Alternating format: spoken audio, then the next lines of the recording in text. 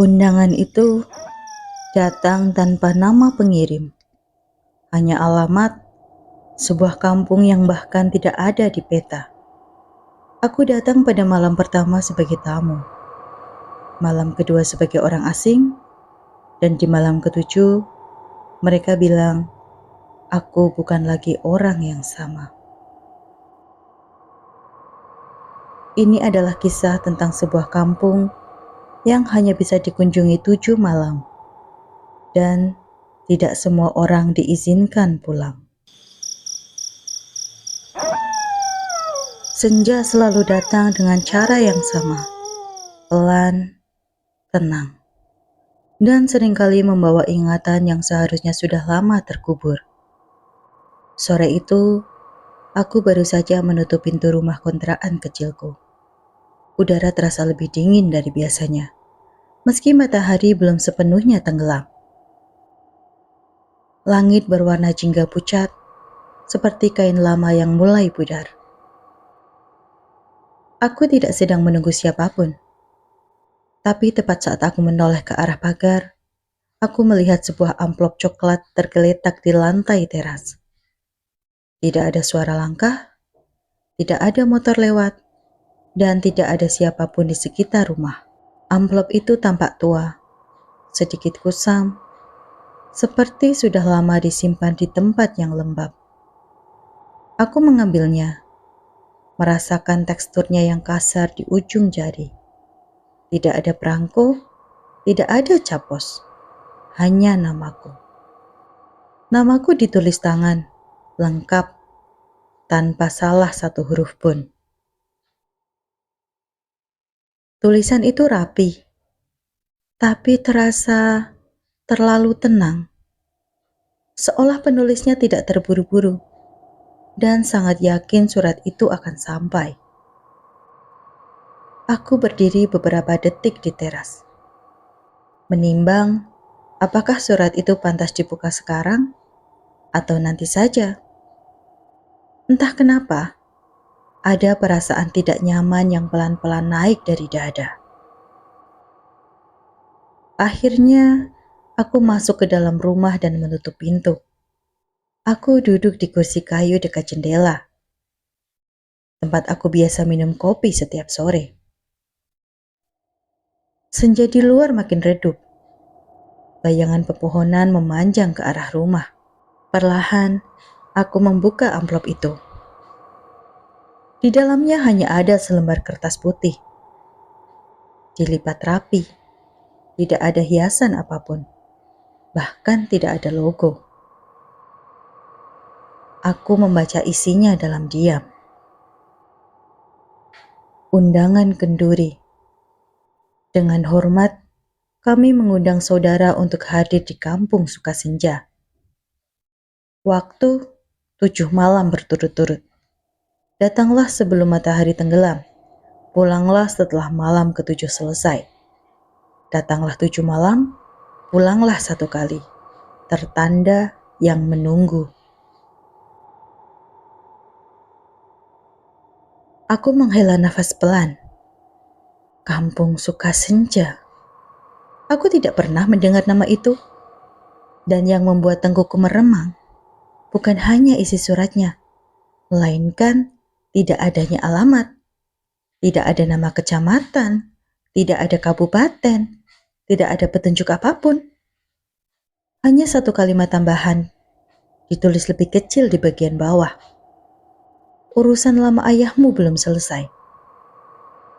Tanganku gemetar ringan. Ayah sudah meninggal 7 tahun lalu. Aku menatap kertas itu lama, seolah berharap tulisannya berubah. Tapi kata-kata itu tetap di sana, diam, seperti menunggu reaksiku. Aku bangkit, berjalan mondar-mandir di ruang sempit rumah kontrakan. Pikiranku berusaha mencari penjelasan yang masuk akal. Mungkin lelucon, mungkin salah kirim, tapi tidak ada orang yang tahu nama lengkapku. Dan tidak banyak yang tahu tentang ayah. Malam itu aku tidak langsung memutuskan apapun. Aku menyimpan surat itu di laci meja, mencoba mengabaikannya. Tapi sejak saat itu, senja terasa berbeda. Keesokan harinya, aku membawa surat itu ke warnet kecil dekat rumah. Aku membuka peta digital, mengetik Kampung Sukasenja. Tidak ada hasil. Aku mencoba variasi lain. Desa Sukasenja, Dusun Sukasenja, Kampung Senja. Tetap nihil. Aku bahkan membuka peta lama di internet, peta-peta arsip. Tapi nama itu seolah tidak pernah ada. Siang menjelang sore, dan pikiranku makin tidak tenang. Akhirnya aku memutuskan bertanya langsung pada orang yang mungkin tahu. Aku pergi ke sebuah desa tua, sekitar 2 jam perjalanan dari tempat tinggalku. Desa tempat ayah dulu sering singgah, sebelum akhirnya menetap di kota. Di sana aku bertemu seorang lelaki tua yang dulu mengenal ayah. Rambutnya putih, kulitnya keriput, tapi matanya masih tajam. Aku menunjukkan surat itu padanya. Ia membaca pelan. Dan untuk pertama kalinya sejak aku datang, ia tidak langsung berbicara. Tangannya berhenti di kalimat terakhir. Bibirnya bergerak seolah ingin berkata sesuatu, lalu berhenti lagi. Ada yang salah? Tanyaku. Ia mengangkat wajahnya, menatapku lama. Terlalu lama untuk sekadar membaca surat undangan. Kau dapat surat ini sore hari? Tanyanya akhirnya. Aku mengangguk. Ia pun menarik nafas panjang, lalu melipat kembali surat itu dan mengembalikannya padaku dengan tangan yang sedikit gemetar. Kalau sudah dapat undangan, katanya pelan, hampir berbisik. Biasanya orang tidak bertanya apakah harus datang. Aku pun menelan ludah. Kampung itu ada di mana? Tanyaku. Lelaki tua itu mengalihkan pandangannya keluar, ke arah matahari yang mulai turun. Tidak ada di peta, jawabnya singkat. Dan seharusnya tidak dicari. Aku pun ingin bertanya lebih jauh tentang ayah, tentang urusan lama yang disebut di surat. Tapi sebelum aku sempat membuka mulut, ia menambahkan satu kalimat yang membuat dadaku terasa berat. Kalau kau memutuskan berangkat, katanya, datanglah sebelum senja habis. Dan jangan pernah berniat tinggal. Aku pun pulang dengan kepala penuh pertanyaan. Malam itu, aku kembali membuka surat undangan itu, menatap kalimat yang sama, berulang kali. Datanglah 7 malam, pulanglah 1 kali. Di luar, senja kembali datang, dan entah sejak kapan aku merasa ia sedang menungguku. Aku berangkat keesokan harinya, bukan karena berani, tapi karena sejak menerima surat itu, tidurku tak lagi utuh. Setiap kali memejamkan mata, selalu ada bayangan senja yang tak mau pergi. Seolah hari menolak berganti malam. Aku berangkat siang, membawa tas kecil berisi pakaian secukupnya. Tidak ada rencana untuk lama, setidaknya itu yang aku katakan pada diriku sendiri. Alamat tujuan? Tidak ada. Yang aku punya hanya nama kampung dan satu pesan. Datang sebelum matahari tenggelam. Aku mengandalkan insting dan arah yang dulu sering dilalui ayah. Jalan utama masih normal. Kendaraan lalu lalang, suara klakson, dan panas matahari yang terasa biasa. Tapi semakin jauh aku melaju, jalan mulai menyempit. Aspal berubah menjadi beton kasar, lalu menjadi tanah keras bercampur kerikil. Sinyal ponsel pun mulai melemah. Satu garis, lalu hilang. Aku sempat berhenti di sebuah warung kecil di pinggir jalan. Bangunannya tua, dinding kayu, dan atap seng berkarat. Seorang perempuan setengah baya berdiri di balik etalase, menatapku tanpa senyum. "Kampung Sukasenja lewat mana ya, Bu?" tanyaku. Ia pun terdiam. Tangannya berhenti mengaduk kopi. Matanya menatapku, tapi seperti tidak benar-benar melihat. "Kampung apa?" tanyanya balik. "Sukasenja." Ia pun menunduk, lalu memandang ke arah belakang warung, ke arah hutan kecil yang tampak gelap meski matahari masih tinggi. "Tidak ada kampung di sana," katanya pelan.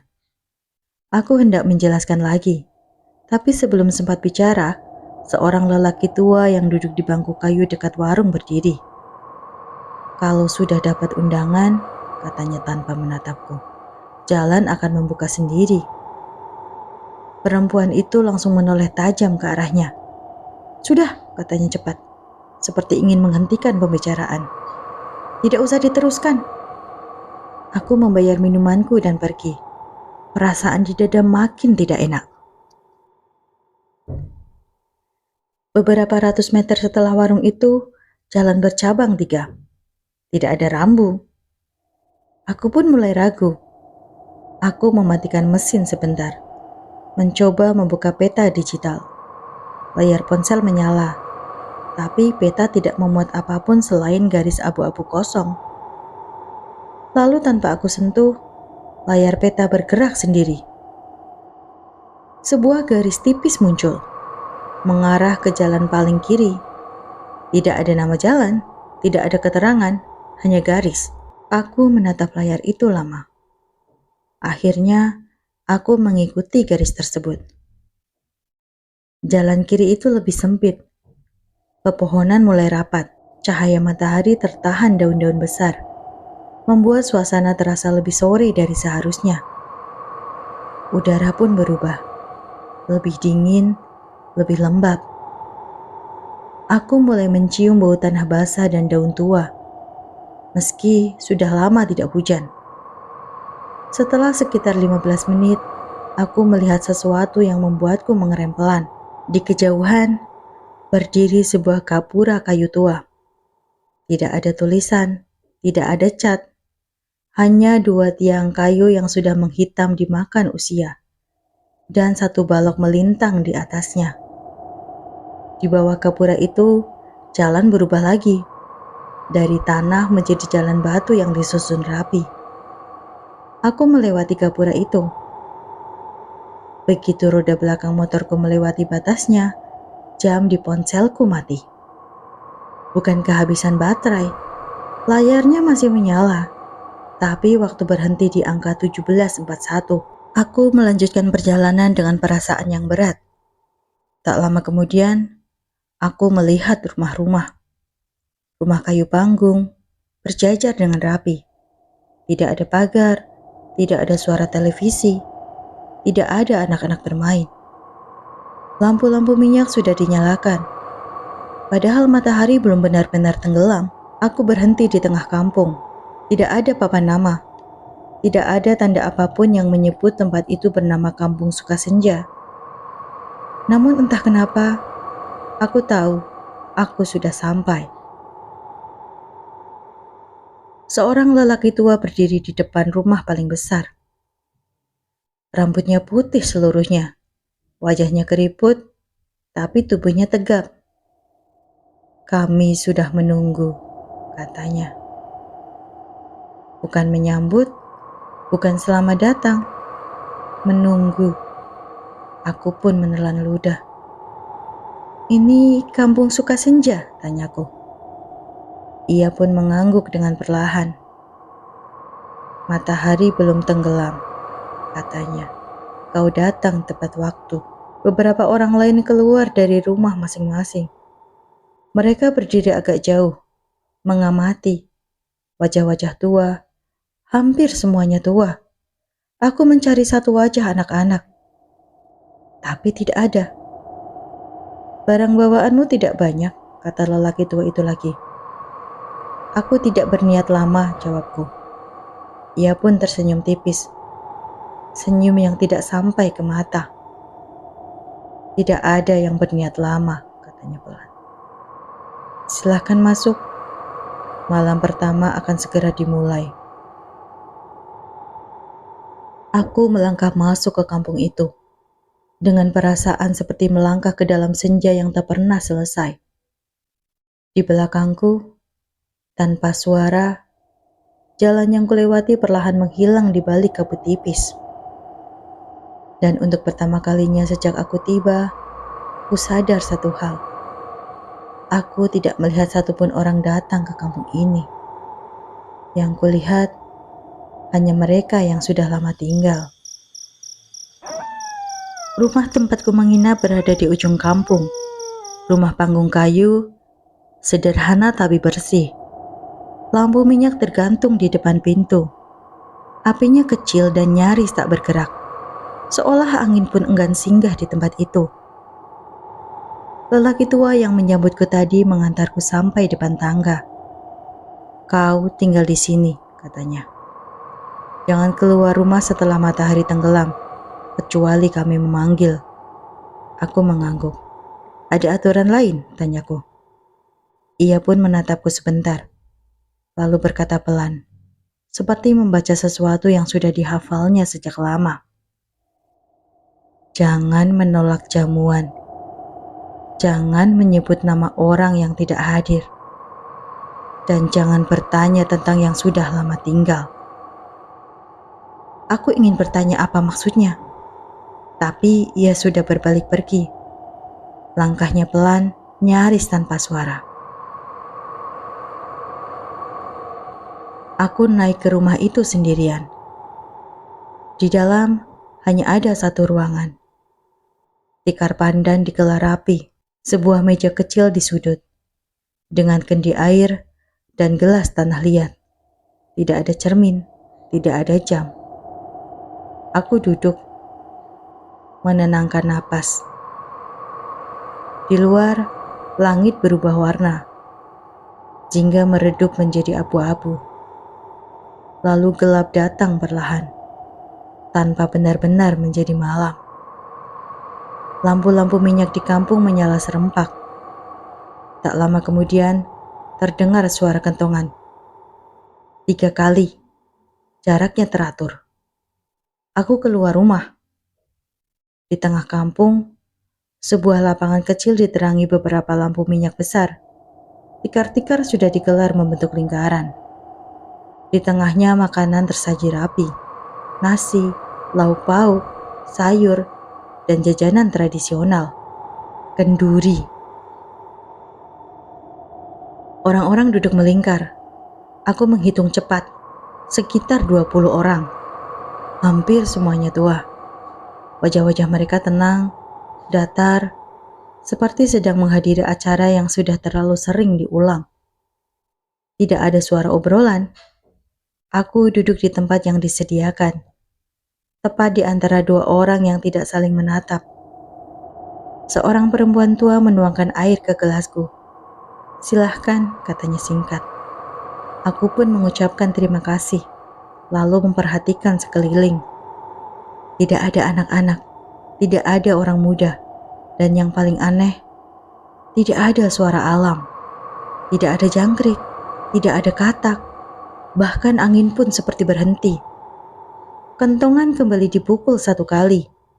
Semua orang menunduk. Doa dibacakan pelan oleh tetua kampung. Bahasanya asing, tapi iramanya seperti doa-doa lama yang pernah kudengar waktu kecil. Setelah itu, makanan pun mulai disantap. Aku mengambil nasi dan lauk secukupnya. Rasanya enak, sangat enak. Tapi anehnya, meski aku makan cukup banyak, aku tidak merasa kenyang. Seolah makanan itu hanya lewat. Aku melirik piring orang-orang di sekitarku. Mereka makan perlahan, dengan gerakan yang hampir sama. Mengambil, mengunyah, menelan. Mengulangi hal itu berkali-kali. Tidak ada yang berbicara. Selesai makan, piring-piring dikumpulkan. Kenduri berakhir secepat dimulainya. "Pulang," kata tetua singkat. Orang-orang berdiri dan berjalan kembali ke rumah masing-masing. Tidak ada yang berpamitan. Aku kembali ke rumah panggungku. Di dalam, aku duduk di tikar, mencoba memahami apa yang baru saja terjadi. Jam di ponselku masih mati. Tidak ada sinyal. Aku mencoba menghubungi siapapun, tapi tidak ada respon. Aku pun mematikan ponsel. Malam semakin sunyi.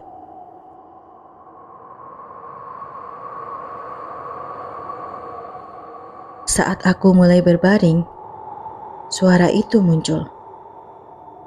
Langkah kaki, pelan, teratur, mengelilingi rumah. Aku pun menahan napas. Langkah itu berhenti tepat di bawah rumah panggung. Lalu terdengar suara lain, seperti seseorang menghitung.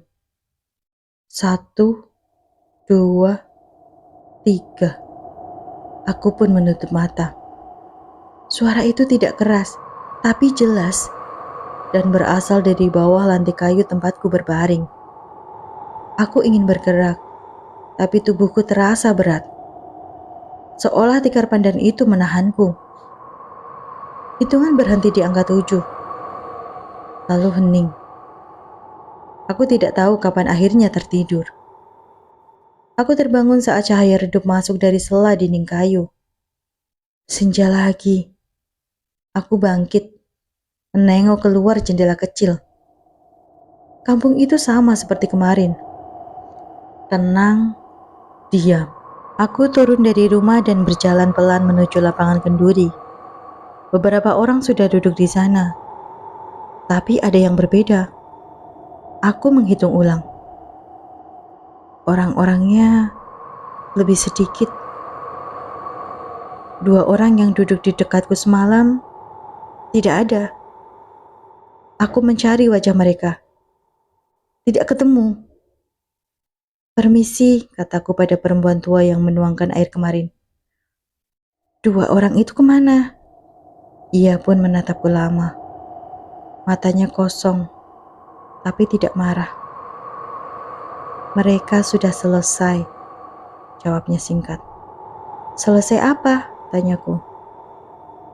Ia pun tersenyum tipis. "Datangnya 7 malam," katanya. "Pulangnya 1 kali." Pentungan dipukul. Kenduri malam kedua dimulai. Dan untuk pertama kalinya sejak aku tiba di kampung Sukasenja, aku menyadari satu hal yang membuat tenggorokanku kering. Tidak ada satupun orang yang datang baru selain aku. Malam kedua terasa lebih berat daripada malam pertama. Bukan karena kejadian yang lebih menakutkan, tapi karena aku mulai mengerti satu hal. Kampung ini tidak bekerja seperti tempat lain. Di kampung Sukasenja, waktu tidak berjalan maju. Ia hanya berputar dan menunggu siapa yang lelah lebih dulu. Setelah kenduri malam kedua selesai, aku kembali ke rumah panggung dengan langkah lebih cepat. Tidak ada suara langkah mengelilingi rumah malam itu. Tidak ada hitungan. Justru itulah yang membuatku sulit tidur. Aku terlelap dalam keadaan setengah sadar, sampai mimpi itu datang. Aku duduk di lapangan kenduri, sendirian. Lampu-lampu minyak menyala, tapi tidak ada bayangan. Di depanku, tersaji makanan yang sama seperti kemarin, hangat, menguap pelan. Lalu satu persatu orang kampung muncul, duduk melingkar. Wajah mereka sama, tapi kosong. Tidak ada mata, tidak ada mulut. Mereka menatap ke arahku. Meski aku tahu mereka tidak bisa melihat. Kemudian dari tengah lingkaran terdengar suaraku sendiri, memanggil namaku. Aku terbangun dengan napas terengah. Senja. Aku duduk lama di tikar, mencoba menenangkan diri. Keringat dingin membasahi punggungku. Saat aku turun dari rumah, seseorang sudah menunggu di bawah tangga. Seorang laki-laki muda. Wajahnya berbeda dari yang lain. lebih hidup, lebih nyata.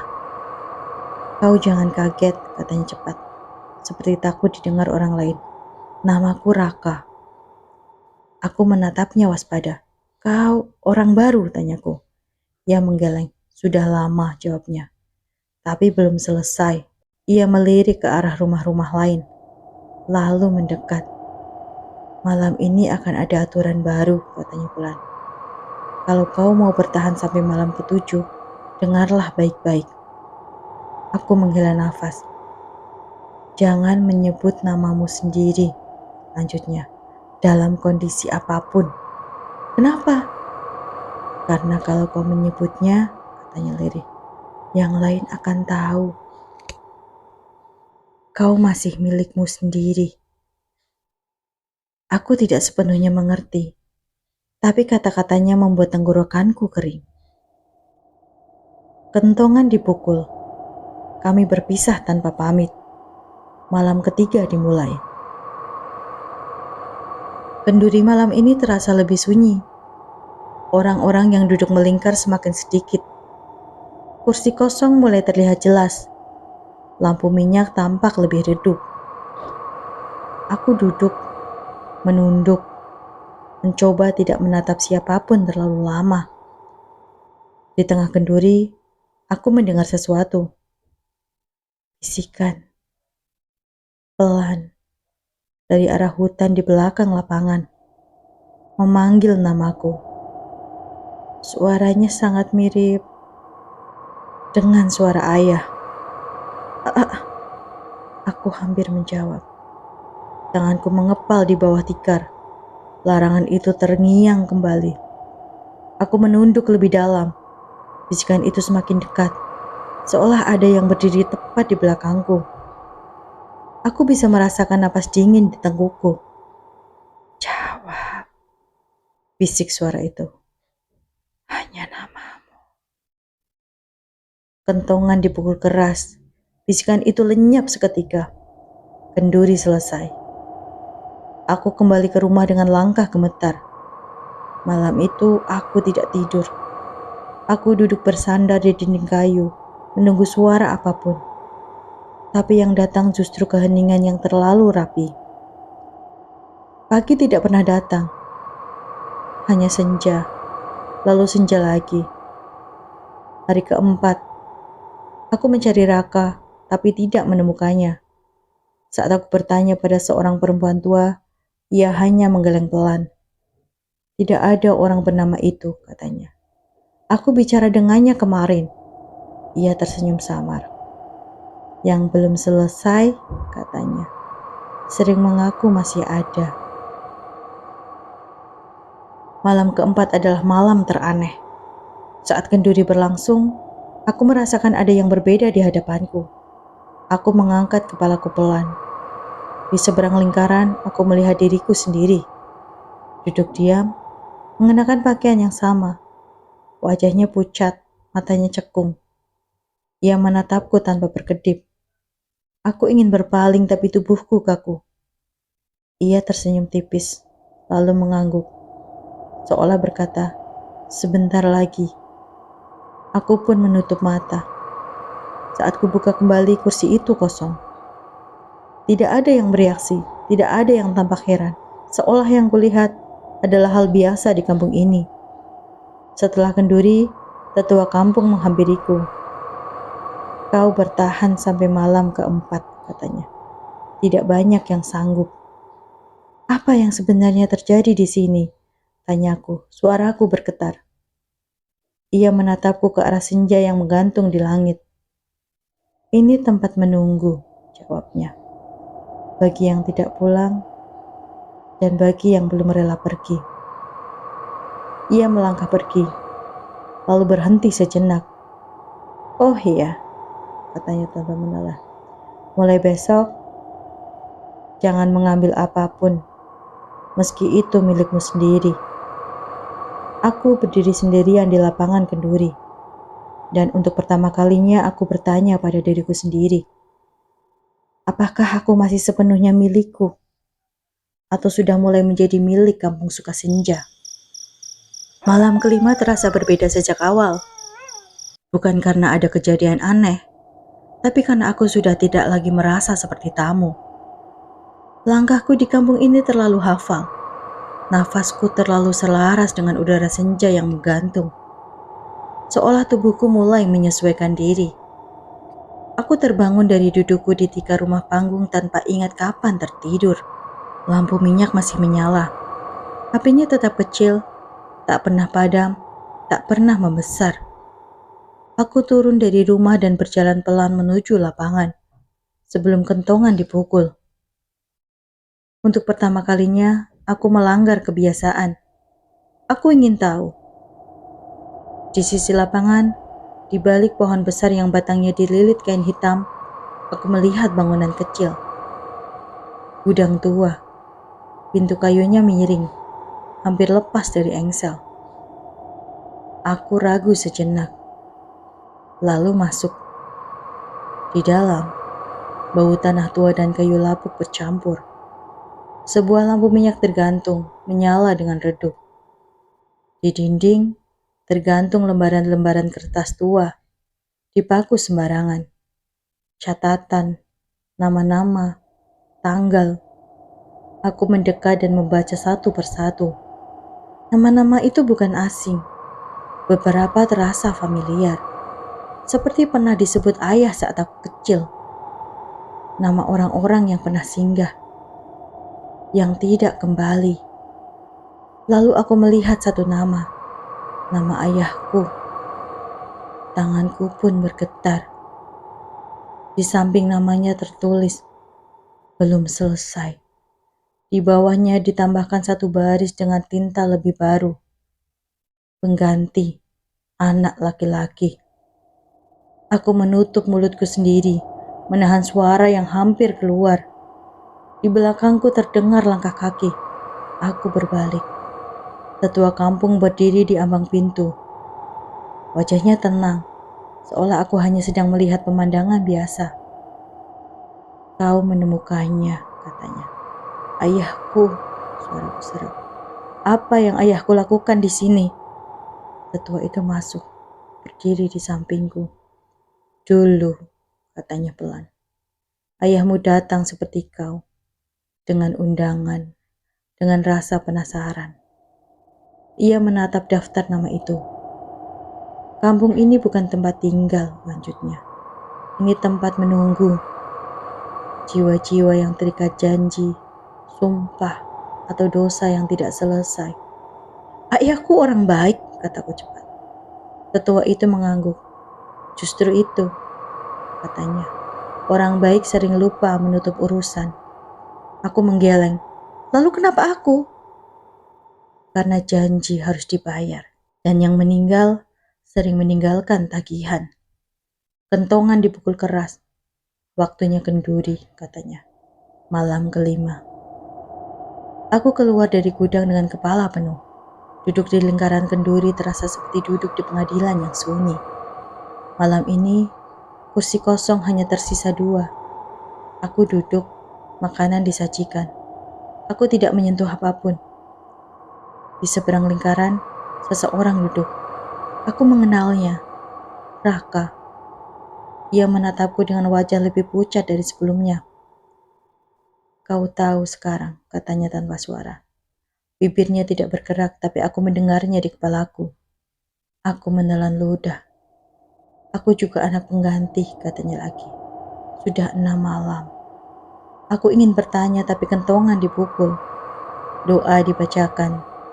Saat semua menunduk, Raka berdiri. Ia melangkah ke tengah lingkaran. Aku selesai, katanya pelan. Tidak ada yang menahannya. Ia duduk di kursi kosong di tengah. Lampu minyak berkedip sesaat. Saat aku mengangkat kepala kembali, Raka sudah tidak ada. Kursi itu kosong. Malam kelima berakhir tanpa suara. Setelah kenduri, tetua mendekatiku. Tinggal 2 malam, katanya. Ayahmu hampir bebas dulu, tapi ia pergi sebelum waktunya. Aku tidak akan menggantikannya, kataku. Tetua itu menatapku lama. Tidak ada yang menggantikan, katanya. Yang ada hanya meneruskan. Malam itu, aku kembali ke rumah dengan langkah berat. Di bawah rumah panggung, aku melihat sesuatu yang membuatku berhenti. Jejak kaki, jejak kakiku sendiri, jejak kaki, jejak kakiku sendiri mengarah ke dalam rumah. Aku naik perlahan. Di dalam aku melihat seseorang duduk di tikar. Diriku sendiri, versi yang lebih pucat, lebih tenang. Ia menatapku dan tersenyum. 2 malam lagi, katanya dengan suaraku. Dan kita tidak perlu bertukar tempat lagi. Lampu minyak padam. Aku berdiri dalam gelap, menyadari satu hal yang membuat nafasku tercekat. Yang menungguku di kampung Sukasenja bukan hanya mereka, tapi juga diriku sendiri. Malam ke-6 datang tanpa aba-aba. Tidak ada kentongan, tidak ada panggilan. Aku tahu malam itu telah tiba karena kampung menjadi terlalu sunyi. Bahkan untuk kampung Sukasenja. Lampu-lampu minyak menyala lebih redup dari biasanya. Api mereka bergetar kecil, seperti kelelahan.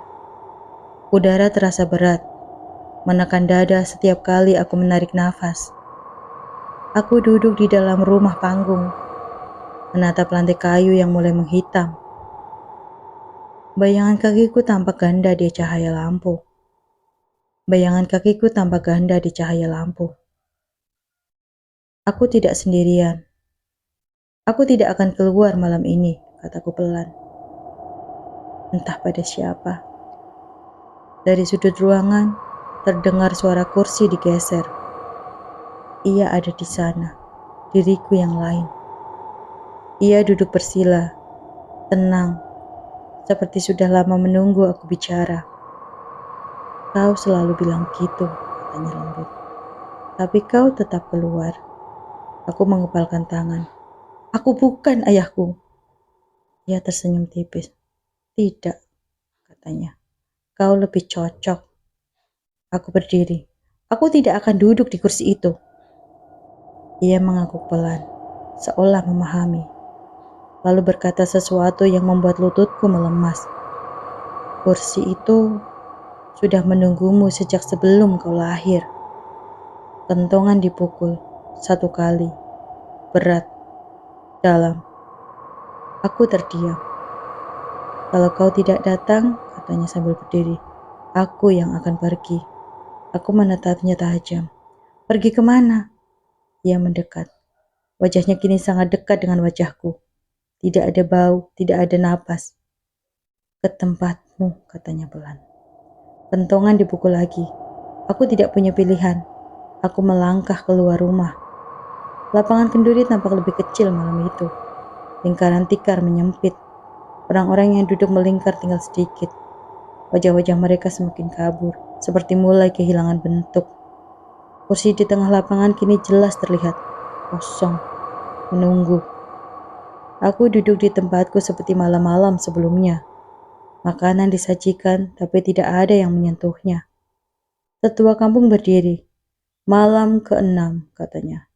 Malam pengingat. Ia menatap langsung ke arahku. Kau sudah tahu kenapa kau di sini? Aku menelan ludah. Aku tidak setuju. Tetua itu mengangguk pelan. Tidak ada yang setuju, katanya. Hanya ada yang bertahan dan yang menyerah. Ia memberi isyarat. Lampu minyak di sekeliling lapangan meredup bersamaan. Suara mulai muncul. Bisikan, tangisan, panggilan nama.